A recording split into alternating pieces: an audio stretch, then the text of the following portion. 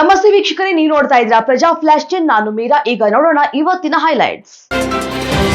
ಕರ್ನಾಟಕದ 10ನೇ ಮುಖ್ಯಮಂತ್ರಿಯಾಗಿ, ದೇಶದ ವಿದೇಶಾಂಗ ಸಚಿವರಾಗಿ, ಮಹಾರಾಷ್ಟ್ರದ ರಾಜ್ಯಪಾಲರಾಗಿ ಮತ್ತು ಭಾರತದ ರಾಜಕಾರಣದಲ್ಲಿ ಇನ್ನೂ ಅನೇಕ ಜವಾಬ್ದಾರಿಗಳನ್ನು ವಹಿಸಿ ಛಾಪು ಮೂಡಿಸಿದ ಎಸ್.ಎಂ. ಕೃಷ್ಣ ನಿಧನರಾಗಿದ್ದಾರೆ. 1 ಕೋಟಿ ರೂಪಾಯಿ ವೆಚ್ಚದಲ್ಲಿ ಮೈಸೂರು ಮಹಾನಗರ ಪಾಲಿಕೆ ಕಟ್ಟಡದ ದುರಸ್ತಿ ಕಾರ್ಯ ಮಾಡಲಾಗುತ್ತದೆ ಅಂತ ಪಾಲಿಕೆ ಆಯುಕ್ತ ಅಸಾದ್ ಉರ್ ರೆಹಮಾನ್ ಶರೀಫ್ ತಿಳಿಸಿದ್ದಾರೆ. ರಾಜ್ಯ ಸರ್ಕಾರ ಅರ್ಹ ಫಲಾನುಭವಿಗಳ ಬಿಪಿಎಲ್ ಕಾರ್ಡುಗಳನ್ನು ರದ್ದು ಮಾಡುವುದಿಲ್ಲ ಅಂತ ಸಚಿವ ಕೆಎಚ್ ಮುನಿಯಪ್ಪ ಪುನರುಚ್ಚರಿಸಿದ್ದು, ಸಾರ್ವಜನಿಕ ವಿತರಣಾ ವ್ಯವಸ್ಥೆಯನ್ನ ಸರಳೀಕರಣಗೊಳಿಸುವಂತಹ ಗುರಿ ಹೊಂದಲಾಗಿದೆ ಅಂತ ಹೇಳಿದ್ದಾರೆ. ಕಲಬುರಗಿ ಜಿಲ್ಲೆಯ ಯಡ್ರಾಮಿನಲ್ಲಿ ಇತ್ತೀಚೆಗೆ ನಡೆದ 11 ವರ್ಷದ ಬಾಲಕಿ ಮೇಲಿನ ಅತ್ಯಾಚಾರ ಖಂಡಿಸಿ ಬಂಜಾರ ಸಮಾಜ, ವಿಶ್ವ ಹಿಂದೂ ಪರಿಷತ್ ಸೇರಿದಂತೆ ವಿವಿಧ ಸಂಘಟನೆಗಳ 1000ಕ್ಕೂ ಹೆಚ್ಚು ಕಾರ್ಯಕರ್ತರು ಸಕಲ ಹಿಂದೂ ಸಮಾಜ ಒಕ್ಕೂಟದ ಅಡಿ ಪ್ರತಿಭಟನೆಯನ್ನ ನಡೆಸಿದ್ರು.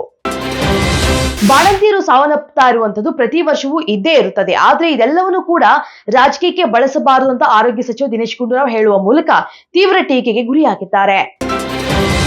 ಶಿವಮೊಗ್ಗದ ಗೋವಿಂದಪುರ ಮತ್ತು ಗೋಪಿಶೆಟ್ಟಿಕೊಪ್ಪದಲ್ಲಿ ಆರ್ಎಸ್ಎಸ್ ಬಿಜೆಪಿಯ ಜೊತೆ ನಂಟು ಹೊಂದಿರುವವರಿಗೆ ಮಾತ್ರ ಆಶ್ರಯ ಮನೆಗಳನ್ನ ಮಂಜೂರು ಮಾಡಲಾಗಿದೆ ಅಂತ ಜಿಲ್ಲಾ ಕಾಂಗ್ರೆಸ್ ಸಮಿತಿಯ ಅಧ್ಯಕ್ಷ ಆರ್ ಪ್ರಸನ್ನಕುಮಾರ್ ಅವರು ಆರೋಪಿಸಿದ್ದಾರೆ. ನಮ್ಮ ದೇಶದ ಭೂಮಿ ನೀವು ಆಕ್ರಮಿಸಿಕೊಳ್ಳೋದಕ್ಕೆ ಯತ್ನಿಸಿದ್ರೆ ನಾವೇನು ಲಾಲಿಪಾಪ್ ತಿಂತಾ ಇರ್ತೀವ ಅಂತ ಪಶ್ಚಿಮ ಬಂಗಾಳ ಮುಖ್ಯಮಂತ್ರಿ ಮಮತಾ ಬ್ಯಾನರ್ಜಿ ಬಾಂಗ್ಲಾದೇಶದ ರಾಜಕಾರಣಿಗಳಿಗೆ ತಿರುಗೇಟನ್ನ ಕೊಟ್ಟಿದ್ದಾರೆ. ಅಲ್ಪಸಂಖ್ಯಾತ ಹಿಂದೂಗಳ ಮೇಲಿನ ಪುನರಾವರ್ತಿತ ದಾಳಿಗಳ ಮಧ್ಯ ವಿದೇಶಾಂಗ ಕಾರ್ಯದರ್ಶಿ ವಿಕ್ರಮ್ ಮಿಸ್ರಿ ಅವರು ತಮ್ಮ ಬಾಂಗ್ಲಾದೇಶದ ವಿದೇಶಾಂಗ ಕಾರ್ಯದರ್ಶಿ ಮೊಹಮ್ಮದ್ ಜಾಶಿಮ್ ಉದ್ದೀನ್ ಅವರೊಂದಿಗೆ ದ್ವಿಪಕ್ಷೀಯ ಮಾತುಕತೆಯನ್ನ ನಡೆಸಿದ್ರು. ಆಡಿಲೇಡ್ನಲ್ಲಿ ನಡೆದಂತಹ ಭಾರತ ಆಸ್ಟ್ರೇಲಿಯಾ 2ನೇ ಟೆಸ್ಟ್ ಪಂದ್ಯದಲ್ಲಿ ಮೊಹಮ್ಮದ್ ಸಿರಾಜ್ ಮತ್ತು ಟ್ರಾವಿಸ್ ಹೆಡ್ ನಡುವೆ ನಡೆದಂತಹ ಜಗಳದ ವಿಚಾರಕ್ಕೆ ಸಂಬಂಧಪಟ್ಟಂತೆ ಅಂತಾರಾಷ್ಟ್ರೀಯ ಕ್ರಿಕೆಟ್ ಸಮಿತಿ ಕ್ರಮವನ್ನ ಕೈಗೊಂಡಿದೆ.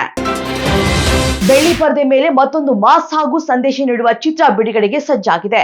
ಪಿ ಉಮೇಶ್ ನಿರ್ಮಾಣದ ಎಂಆರ್ ಶ್ರೀನಿವಾಸ್ ನಿರ್ದೇಶನದ ಧರ್ಮಕೀರ್ತಿರಾಜ್ ನಟನೆಯ ದಾಸರಹಳ್ಳಿ ಸಿನಿಮಾದ ಟ್ರೈಲರ್ ರಿಲೀಸ್ ಆಗಿದೆ. ಮಾಸ್ ಪ್ರಿಯರಿಗೊಂದು ಕಿಕ್ಕೇರಿಸುವಂತ ಟ್ರೈಲರ್ ಇದಾಗಿದೆ. ಇದಿಷ್ಟು ಇವತ್ತಿನ ಅಪ್ಡೇಟ್ಸ್. ಇನ್ನಷ್ಟು ಅಪ್ಡೇಟ್ಸ್ಗಾಗಿ ನೋಡ್ತಾ ಇರಿ ಪ್ರಜಾಧ್ವನಿ ಟಿವಿ.